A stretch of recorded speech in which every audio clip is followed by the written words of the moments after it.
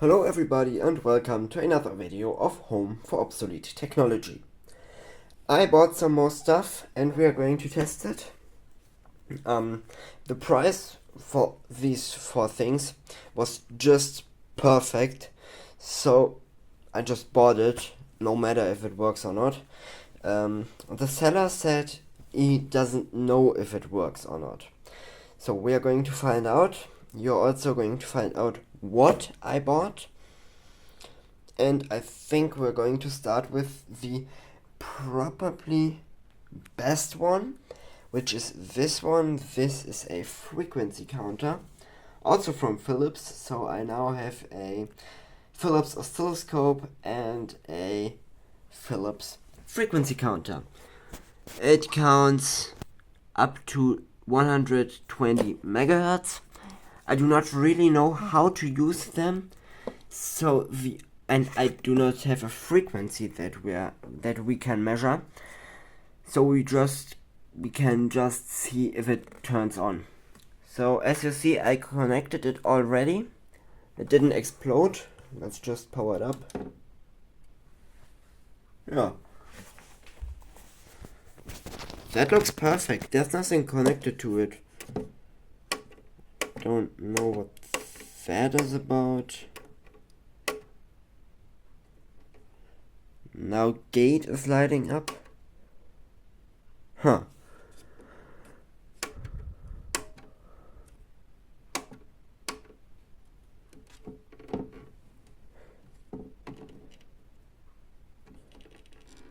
This is sensitivity. As I said, there's nothing connected to it. Check. What is check?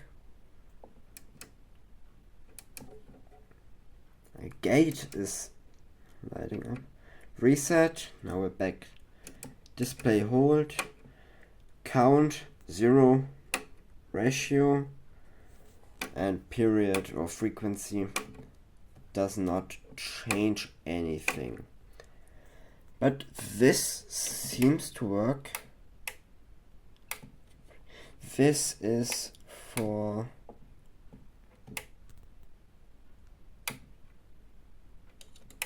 measuring time, 10 seconds, 36 seconds. Yeah, I don't really know how to test it, but it seems to work pretty well. For now, we'll head directly to the next one. Next thing we are going to test is this tester. This is a transistor tester, or to be exact, this thing just checks nearly every part. You can check the transistors, of course, diodes, electrolytic capacitors. I don't think it can check these normal capacitors, but we're going to find out now. Alright, I hope I connected it right. I have no idea who produced it because there is no manufacturer on it. So this button is start. So let's hit start. No, this is not a transistor. Wait. Frequency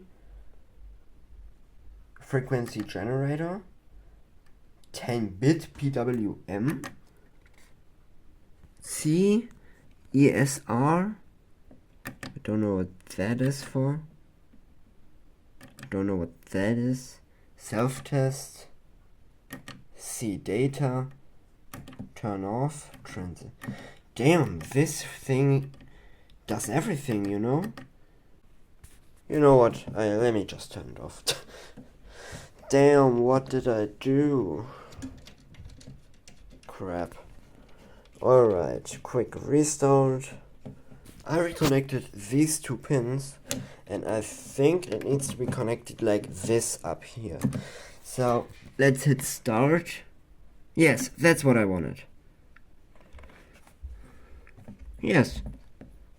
That's exactly what I wanted to see.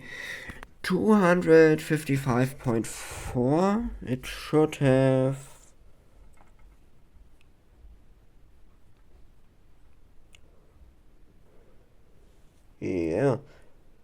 it's a 0.25.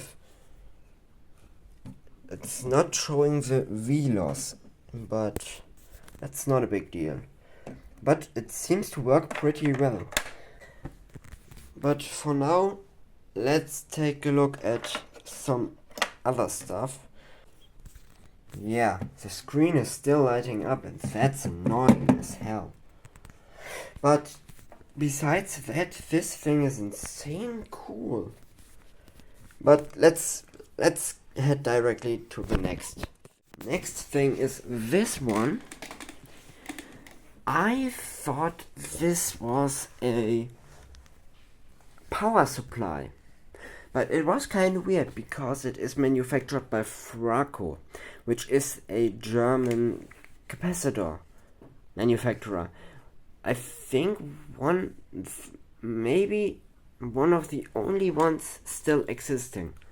I don't know what it does because there are no potentiometers to regulate the voltage.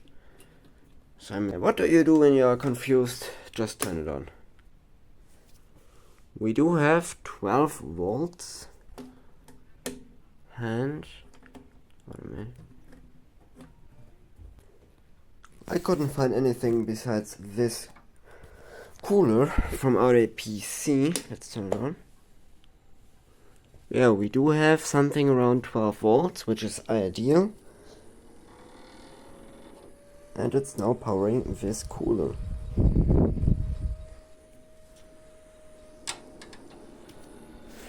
I don't know what that is about. Maybe that's just 12 volts right out of the box? I have no idea.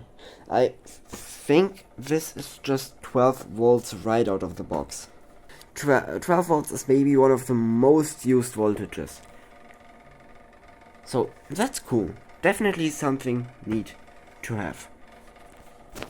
And the fourth thing I got was this old transistor tester. This is for measuring NPN and PNP transistors. And sadly, this was the only thing really broken while shipping. It is just the plastic here. The meter itself works very well. And I needed to check it apart because it seems like this thing is using a special connector. And obviously I don't have this connector. This thing is very old. Looking around on the internet for a bit and I found the exact device. This was probably built in 1958 by a German manufacturer called Gossen, P. Gossen. And I think this was used in school or something, because there is this neat written on here.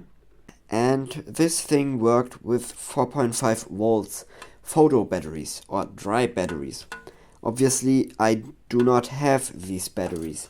And somebody had this problem before, so he simply soldered 2 wires on there. So I'm going to use this thing with my power supply that I have, which can output 4.5 volts. And this should work very well. And I won't really do much. I'll just solder 3 wires onto these connectors. I'll leave one of these 2 screws out. Instead, I will put the wires through there. Yeah, let me quickly do that. So, I finished modifying it. Just to show you real quick, these cables are looking out of the back. As I said, these 3 ones are for the voltage, and these 2 ones and these 3 ones are for the transistor to connect to. They lead through these 2 holes for the screws. I left them out, and just looking at this thing, this looks so gorgeous.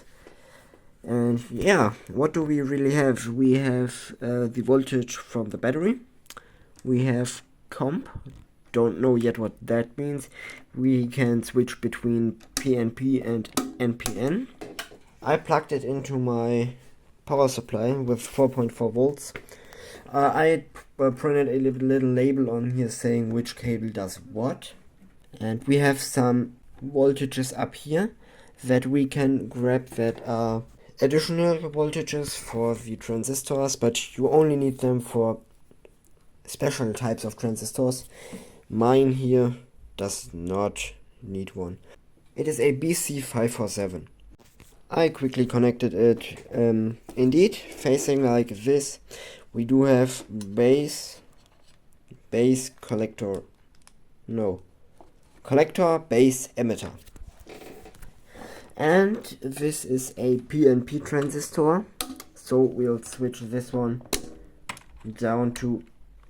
No, never mind. It is an NPN transistor. So we'll switch it down to NPN. So, and there is, as I said, this little instruction printed on the back. And the first thing you need to do is turning on the voltage and pressing on.